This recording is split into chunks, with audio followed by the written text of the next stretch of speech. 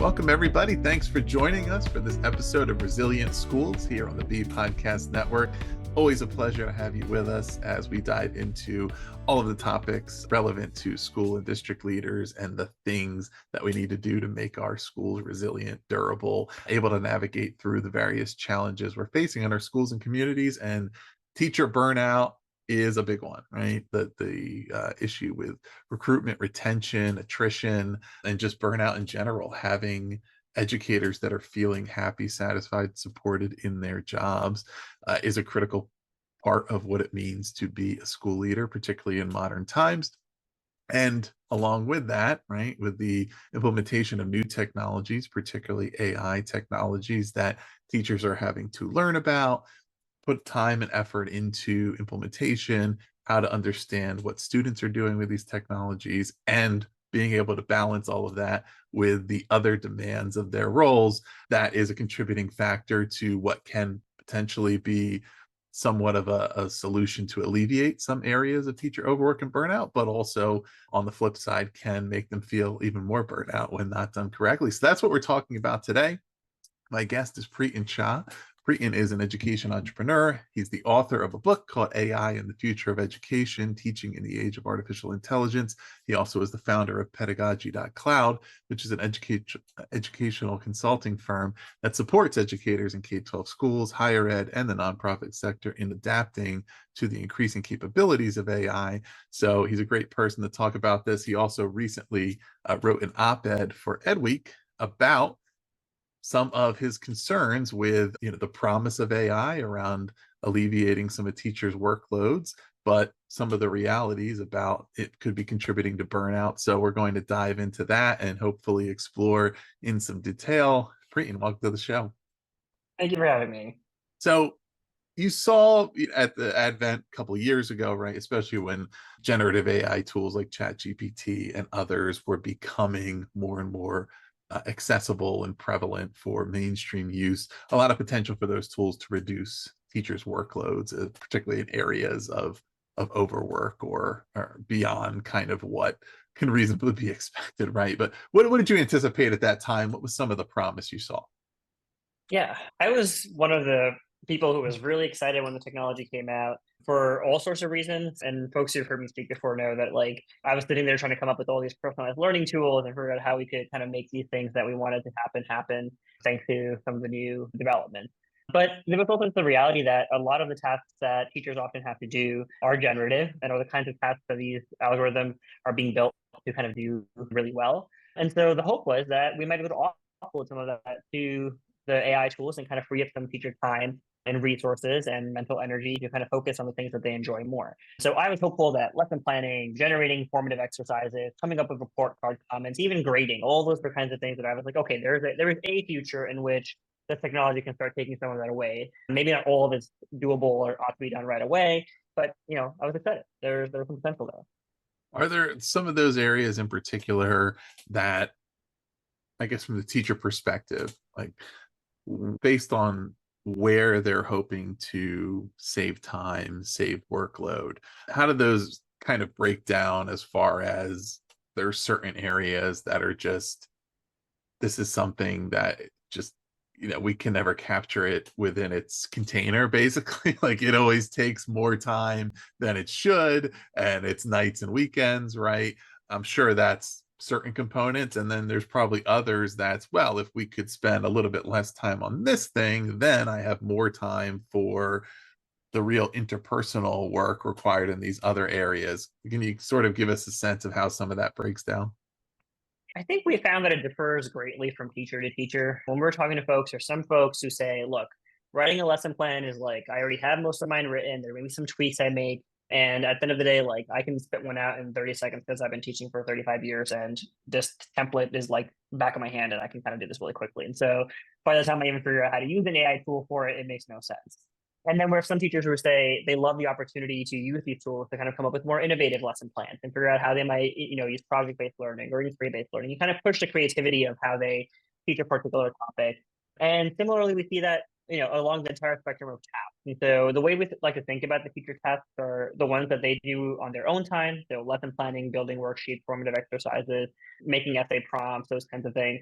The things that they do with the students. And so what you do in a classroom, whether it be everybody open up your computer and you're now talking to an AI tool, or let's create something to do together in class, or what the teacher does with stuff that they receive from the student afterwards. And so the grading and feedback are mainly where what the thing that fall into that category.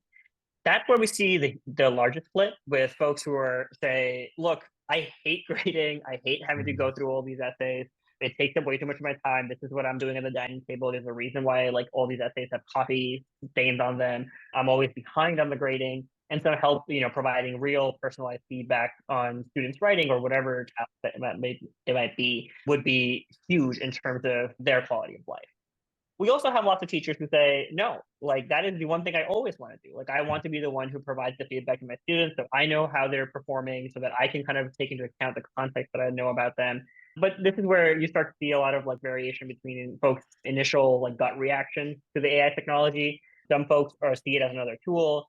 Some folks see it as an invasion of teaching itself. And then some folks are worried about what the long term means for it. So, I think that's true of all those kind of different types that you can talk about. Yeah. So there's this potential that we see right and now. We're recording this in July 2024. So we've had this entire past school year where these tools have existed and been available in some form or fashion. Obviously, they're continuing to evolve, but certainly since prior to this year, ChatGPT has been out there, other generative AI tools, Google's tools, Microsoft, et cetera, in addition to all the different, various startups and apps that are using AI in more forward-thinking ways. So what's the reality? What's actually happening in schools if it's different from the potential of what we imagine might happen? Yeah, most of the time there is a lot of fear, a lot of hesitation, and folks are overwhelmed. That is, at the end of any session. And so we've done sessions that are an hour long at the shortest. Luckily, we haven't had to fit anything into a shorter period of time, to entire day workshops. And no matter what it is, at the end of it, we feel the amount of processing that's going on from folks because it does change quite a bit. There's positive changes. There's all these cool things folks want to try. They want to spend some time figuring out how they might incorporate it. And there's negative changes. They have to figure out what they might change about their assessment style or what they might need to incorporate into the curriculum. But no matter what, folks are definitely not seeing this as like the burnout cure that I think it was branded as among I was part of it. I was like, oh, this might help with teacher burnout was kind of like one of my go-to taglines as well. But I think folks are starting to realize that it could get there. There is a world in which it reduces teacher workload, but the path there is hard. There's a lot of learning that teachers need to do in order to actually make use of these tools effectively, which requires time, that requires money, requires a space to do so.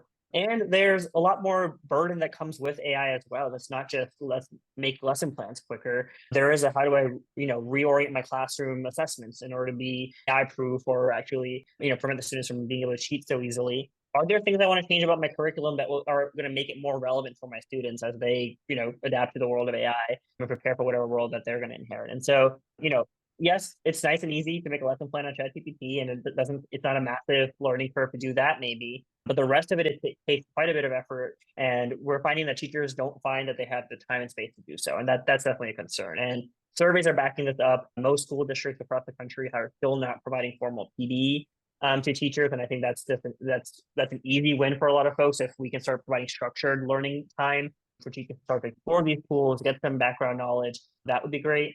There's also this hesitation, right? They feel like they need to know everything about it, and things are moving extremely quickly. And one of the things we like to do is just like calm folks down and say, we're all feeling this way, right? Even the folks who are in the space, who are reading every article that comes out on AI and education and trying to stay up to date with things.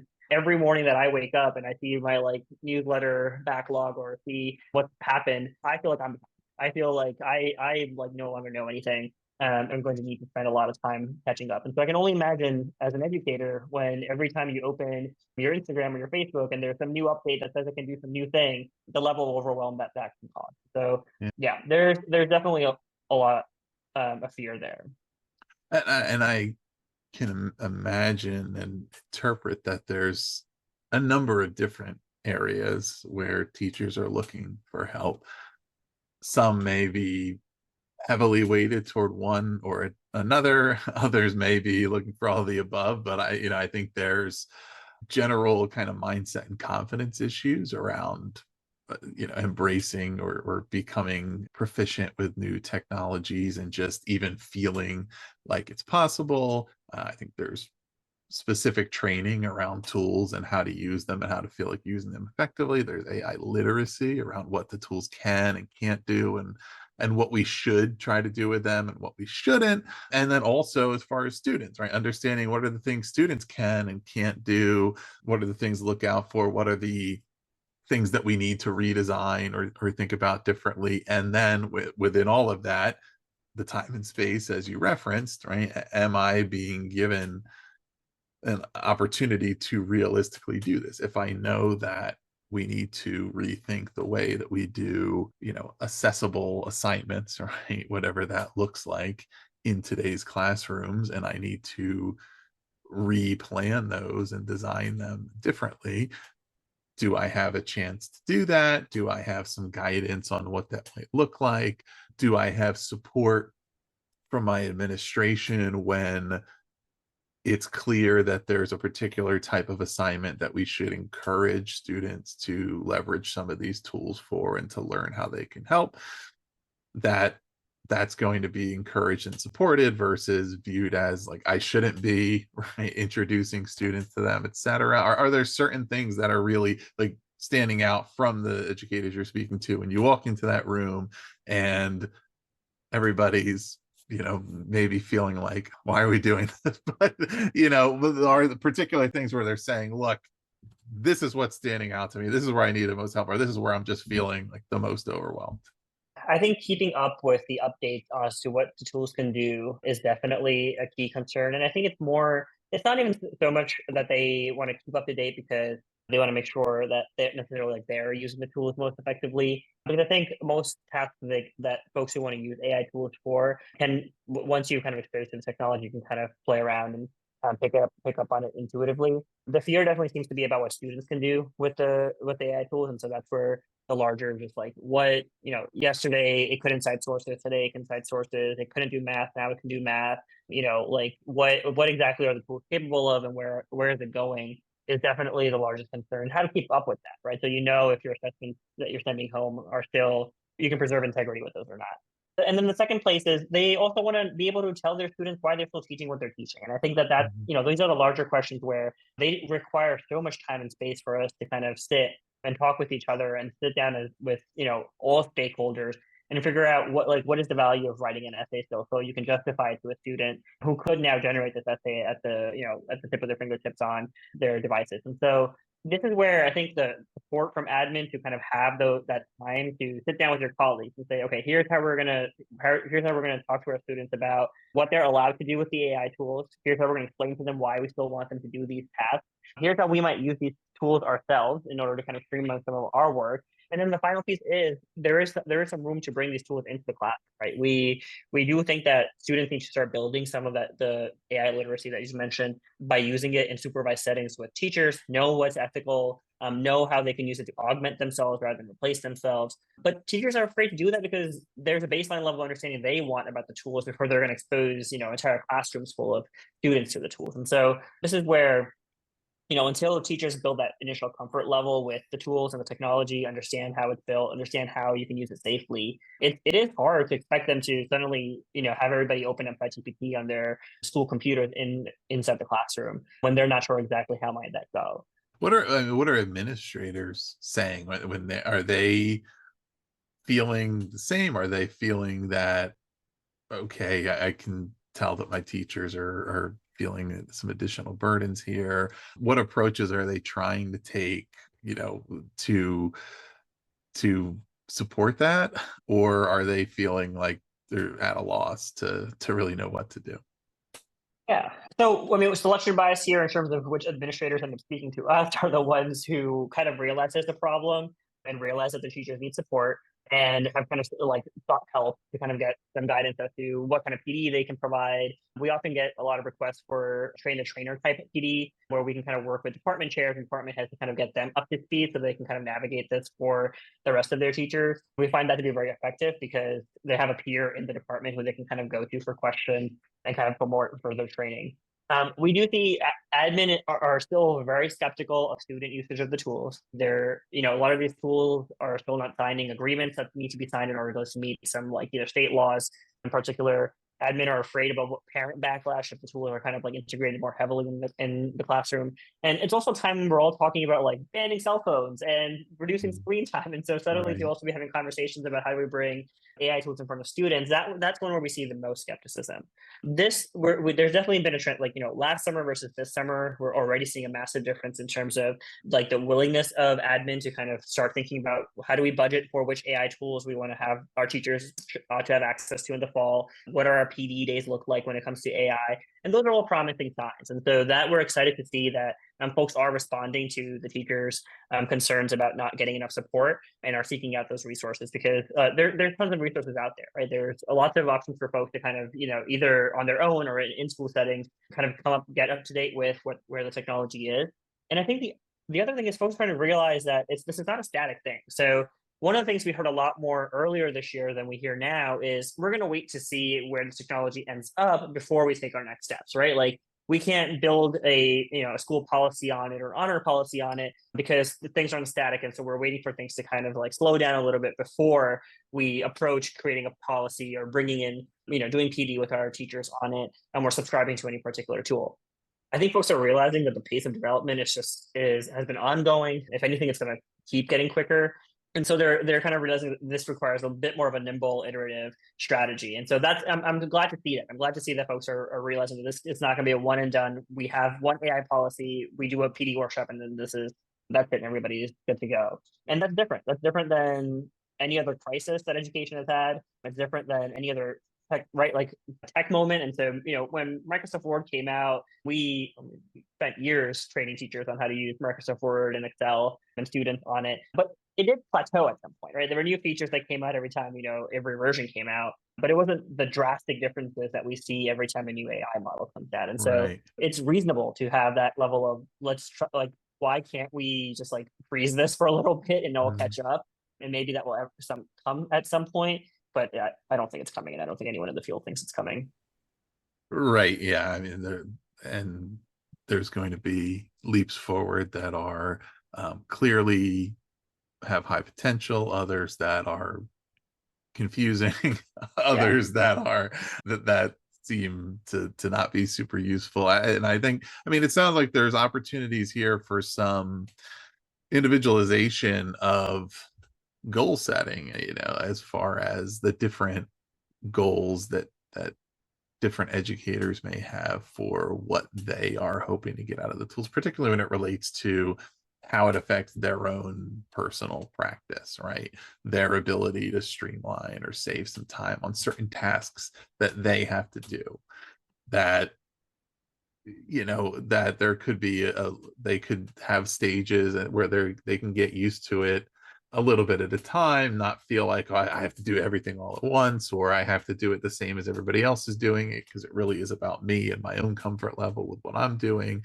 And also for them to be able to think about, I think that question that relates to all types of technology, softwares, things that we implement is like, is it worth it? Is it Right. worth the effort that I'm going to put into learning how to use this and going through with the implementation for whatever outcomes it's going to give me? And even if I see really promising outcomes, it's still a new thing I have to add on to what else I'm doing. And so I have to believe that it's better and not just different, right? I Right. have to believe that on the other side of that effort and that learning, there is a better way of doing things. There is better student outcomes. It enables me to do my job in a way that I want to do it, and that is either currently not possible without using this technology, or that enables me to,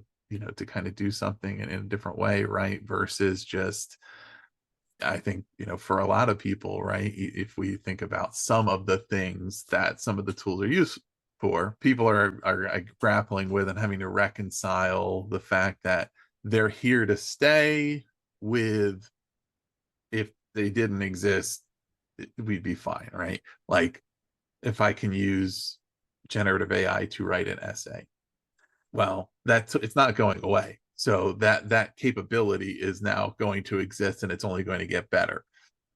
Is that, on its face, does that have any value? I mean, to a lot of people, they would say, well, not necessarily. Like, why don't but the reality is it now exists, and in 5-10 years, as these kids are going into the workforce, and whatever the economy is going to be, like, being able to do these things manually without technology is no longer really going to be that valuable, because everybody's going to have access to this technology. They can do it that way, and you're fighting against the tide. So I guess, to try to leave this toward a question, it's, at the individual educator level, I guess, in, conversation about them really thinking about, what are your goals here, what are the things that you hope to achieve, and how do you work toward those, what might some of those conversations look like? Because I think that, there's a lot of opportunity there, versus just saying as a blanket statement, okay, this is what everybody has to do, as you've already referenced, right? There's a lot of variance in what are the things that different teachers are most interested in. Yeah. And this is, we try to like ground folks with this as well when we're doing some of our workshops, because reminding folks that, like, if you don't want to use these tools in your personal workflow, you don't have to, is important. And so that we start with like, this could save you time. This might give you some, help you ease the burden of having to do a lot of paperwork. It might give you an avenue for brainstorming and creativity and kind of be a nice little thought partner for you. But if it's none of those things, you should still play around with them. And that's what we try to like convince them of, in that like them building that literacy with the tools, that fluency with the tools, is what's going to help them navigate two things. The first is making sure that they know what their students are doing. And at the end of the day, like, building effective assessments is a component of education. And until the teachers have fluency with what the tools are capable of, they won't know what the students could also be doing with the tools. And so even if you never want to use it for your own workflow, you might still decide that you want to play around with these tools so you can keep up to date with what the students are doing. The second is, and this is what you alluded to as well, is the tools will play a role in a student's lives, right? They're whether it be how they learn in college, whether it be in their careers. And part of, a part of our education system is to prepare students to use the tools that they'll like have to use later. And we don't want our students to be disadvantaged against students who are being exposed to the tools and have fluency in the tools and can best like take on positions that require using AI.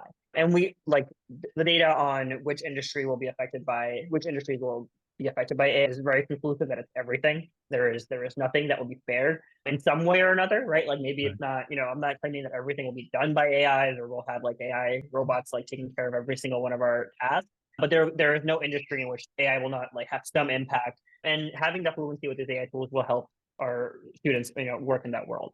But the other thing is kind of starting to have the larger conversation with students about what is ethical usage of AI, when not they use their voice when they're writing that essay, even if they can generate it with ChatGPT. What is the point of developing your own voice? Those kinds of conversations, teachers are much more able, like, effective at having them if they can speak to the students with the same level of tech expertise the students are, right? Like when you're trying to convince a student that writing an essay is still valuable, if you can't answer their concerns about why, if AI can do it, or if AI is going to take over this job or that job, why they still need to learn these skills, you're a less credible person to them. And that's just the reality of like the media our students are exposed to, what they're seeing, or right, like what they're hearing, the conversations that they're having. They're also afraid, right? Like they're afraid about what this means for their future, and they want to feel like they can come to you and have a real conversation about what role does what we're doing in the classroom play for my life long term. And I think teachers kind of need to have that fluency with the AI tools themselves to have those conversations with their students. And so again, I don't have any, like I'm someone who still like to-do lists, notes, all on paper. Like I'm a very techy person. I code, I build websites. I like to try to find tech solutions to those things. But when I have to write a to-do list, or if I have to take notes in any setting, I still find myself gravitating towards pen and paper because that's what works best for me. So just because tools exist that are way more efficient or way cooler or can sync across all my devices doesn't mean I have to use them. But it's good for me to know how to use them so that I can have conversations about them with folks, especially if I'm an educator and I know my students are using them. Right. Yeah, I think even in the areas where educators may have skepticism, like you still have to know what it is so that you can speak to that and have those conversations, because these tools, at least currently, have limitations.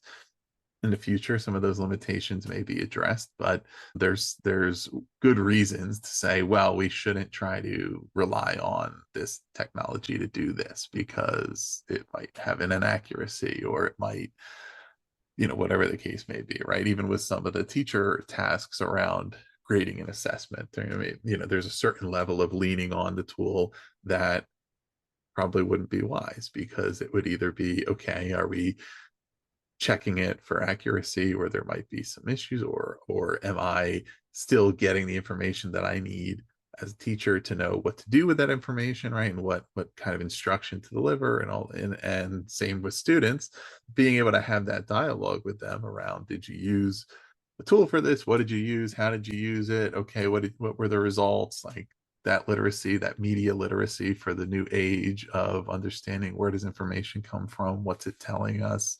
Does it add up? What does that mean?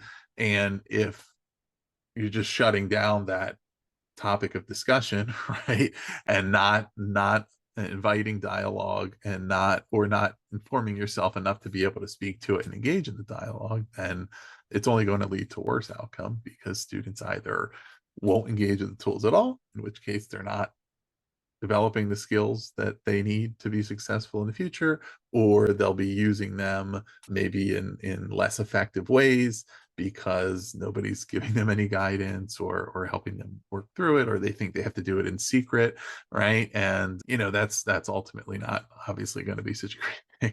What with respect to, I think this like kind of works off of that same point, that we know there are currently limitations, whether it be just certain, you know, functions that the tools can't yet perform um, reliably with respect to, mathematics, or kind of real time information, or things like that, where there tend to be some inaccuracies or cultural biases, right, from the data sets, those kind of things, with also understanding that they have extraordinary, capabilities already, and that potential to evolve, and that educators have a really good understanding of what the goals of their profession are, what their goals are for students. Like, how can educators, I guess, get more involved in advocating for development of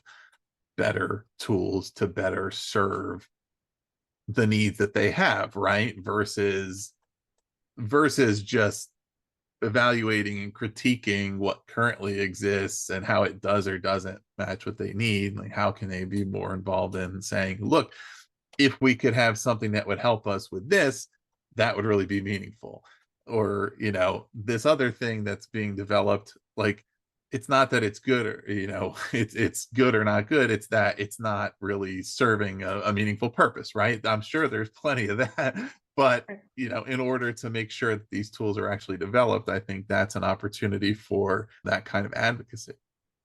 Yeah, and I think, this is the nice part about just like the education technology market in general. I think folks are kind of out there listening. The folks who want to listen are listening about how they can better serve students and teachers and figure out exactly how to build things that are useful for them.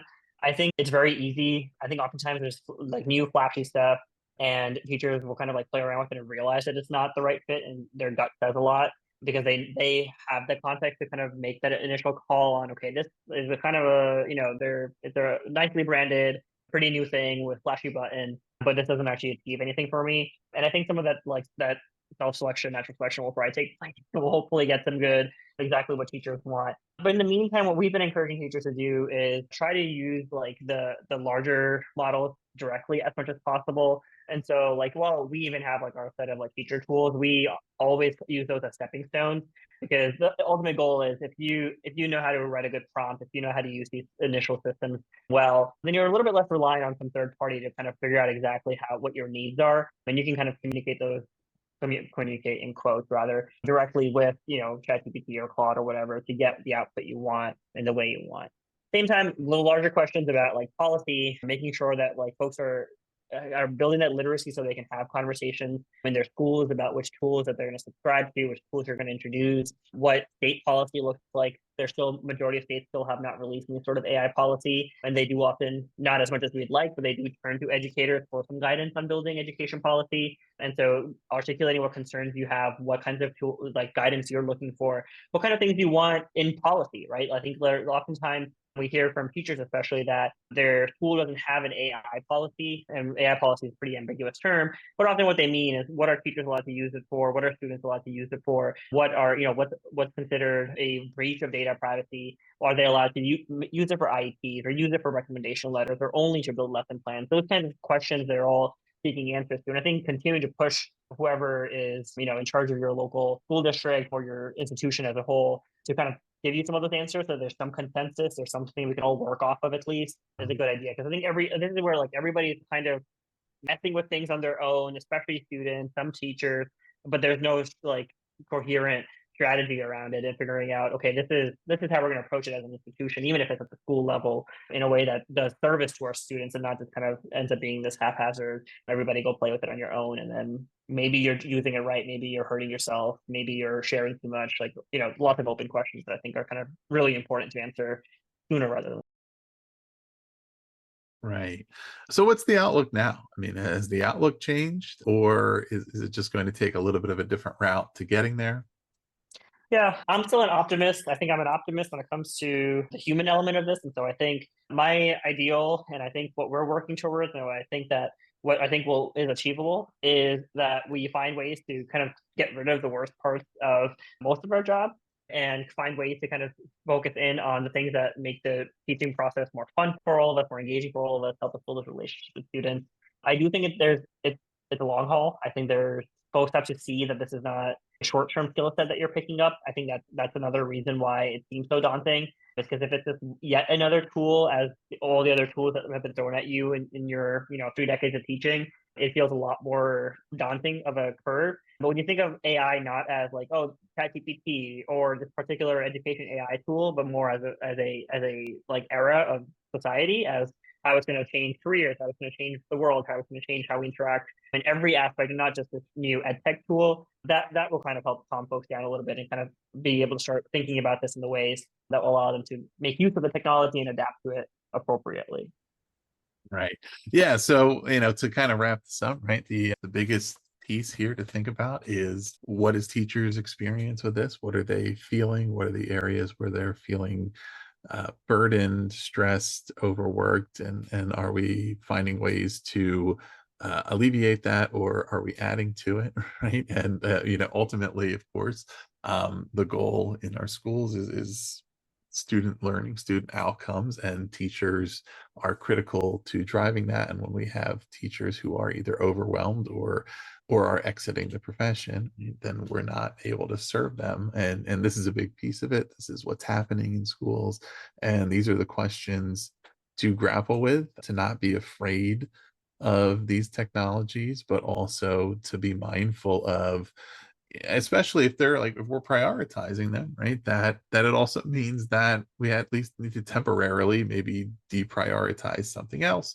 shift something else, to say, look, we really need to get up to speed on learning how to use these, so we're going to have to move another training or something that maybe we do routinely, but we know that teachers know how to Right. do it, right, that it can't always be added on to another thing. And also it's a good opportunity, I think, for leadership to be thoughtful and mindful about what tools do we want to pursue at a given time. Are we really tuned into the voices of our teachers about things they're looking for help with, that they would like us to consider implementing, and how we support that to happen. And, in so many ways, the good thing is like not a different, not really a different set of considerations as always, but a new Yeah. opportunity to continue getting better at it, in areas where these same questions always come up about implementing new tools. What is it for? Is it just another thing? Is it really useful to me?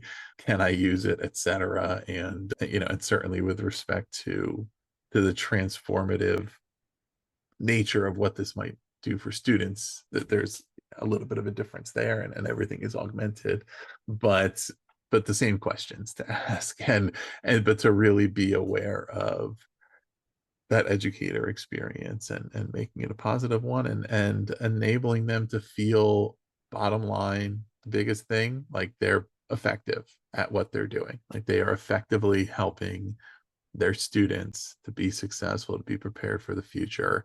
That's the tipping point of burnout, I think, in such a high percentage of cases. Is, yes, this is hard work, I'm working hard, but the thing that either makes that feel like a worthwhile investment or a waste of energy is what's happening with my students.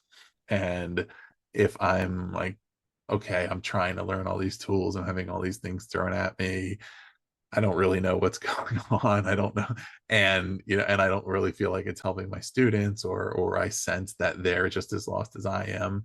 If I'm a teacher that is in the profession for that reason, right, I'm going to draw the conclusion that I don't know if I can do this, versus, okay, it's a lot. It was a lot to learn, but I can see the results. So, any final points on that for the leaders who are figuring out, okay, which way do we go here? What do we try to take on?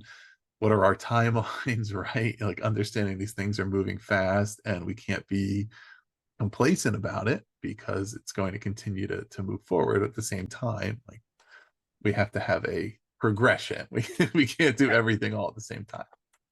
Yeah, no, and I think we've kind of touched on it. We can just highlight them. Are like, I think building time for teachers to kind of learn about where the field of AI is these days, what the newest developments are that are relevant to education, and then what the top tools that students might be using are a very easy place to start. I don't think it has to, like it doesn't have to be a year-long campaign of PD about one particular like ed tech company's tool. It can be very general enough to give them the kinds of like baseline foundational knowledge so that they can go explore and do some of the learning on their own, right? Like give them, if you're giving them time and space to do these things in PLC meetings and department meetings, to kind of have conversations about what all this means after they've built that foundational knowledge, they do have the capacity to do that once they've been given some time to do so. When the problem is when you're overburdening them with all these other, whether it be alternative PDs on things that are not as timely, or treating it as a non-issue altogether. I think when teachers feel a little bit more lost because they see the impact it's having on their students' learning. They see what it's doing to their assessments. They hear students talking about it, and so at the least, giving them some time to catch up with how students are using it is very high priority. In fact, probably like a September first week priority in most contexts. And so that's I hope folks are finding ways to build that into their summer and back to school PD time.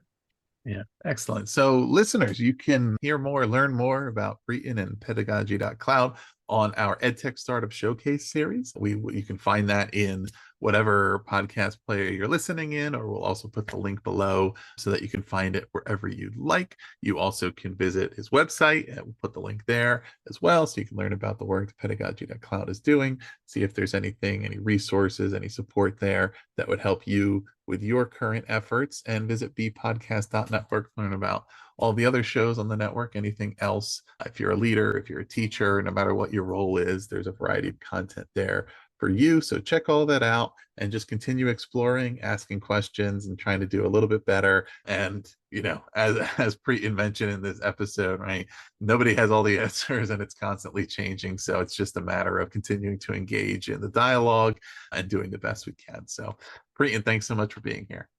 Thanks for having me on the show.